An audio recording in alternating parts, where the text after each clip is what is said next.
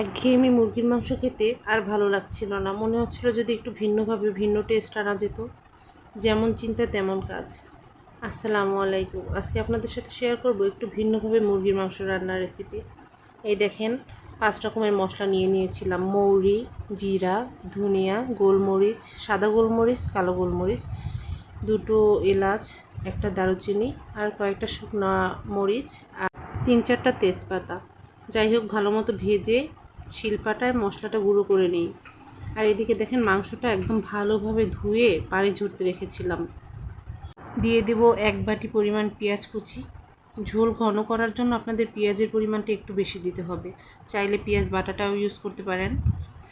এর সাথে 2টা এলাচ আর 2টা দারুচিনি দিয়েছি যাতে সেন্টটা অনেক ভালো আসে। এই দেখেন পেঁয়াজটা এত সুন্দরভাবে ভাজতে হবে যাতে একদম পুড়েও না যায়, আবার হালকা ব্রাউন কালার আসে। কালারটা চলে আসলে এর ভিতরে আমি একটু লবণ দেবো যাতে পেঁয়াজটা গলে যায়। সবসময় এই পর্যায়ে যদি আপনি লবণটা ইউজ করেন দেখবেন যে পেঁয়াজটা একটু গলে যাবে। এরপর বাটা মশলা দিয়েছি। এখানে ছিল আদা বাটা, রসুন বাটা আর জিরা বাটা। আমি পরিমাণে কম দিয়েছি, এটা মাংসের উপর নির্ভর করবে। যে পরিমাণ মাংস নেবেন সেই পরিমাণ মশলা দেবেন। আমি দেখেন মশলাটা খুব সুন্দর মতো ভেজে নিয়েছি।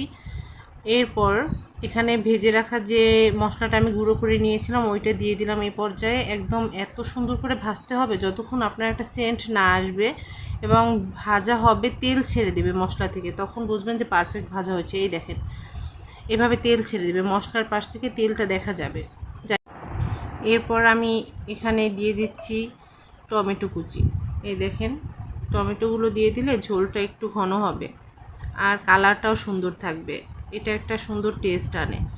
এরপর আমি একটু মুরগির মশলা দিলাম, এটাও টেস্ট একটু ভালো আসবে। এরপরে আমি ভালো মতো মিশিয়ে একটু চিনি দিয়ে দিলাম। এই চিনিটা দেওয়ার পিছনে একটা কারণ আছে, একটা টিপস আছে। এই চিনিটা দিলে আপনার মাংসের বা যে কোনো তরকারির কালারটা সুন্দর রাখে। একটু টক দই দিয়ে দিলাম 2 চামচ পরিমাণ। টক দইটায় স্বাদ অনেক গুণ বাড়িয়ে দেবে। ভালো মতো কষিয়ে নেড়ে চেড়ে মিশিয়ে এরপরে আমি মাংসটা দিয়ে দেব। মাংসটা সব দিয়ে একদম সুন্দর মতো মিশিয়ে মিক্স করে নেব। আর এই দেখেন হলুদের গুঁড়ি, মরিচের গুঁড়ি দিয়ে নিছি। এত সুন্দর হচ্ছিল, মানে এত সুন্দর একটা কালার আসছিল এখনই।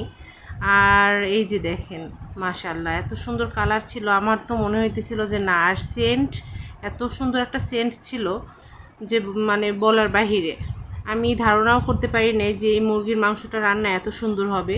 এটা সম্পূর্ণ মানে আমার ফিউশন। আমার কাছে মনে হয়েছে একটু ভিন্নতা আনি, এভাবে হয়তো একটু ভিন্নতা আনা যায়। এরপর 2-3টা কাঁচামরিচ একটু ভেঙে দিয়েছিলাম, একটু কষিয়ে ভালোভাবে এরপর একটু ঝোল দিয়েছিলাম।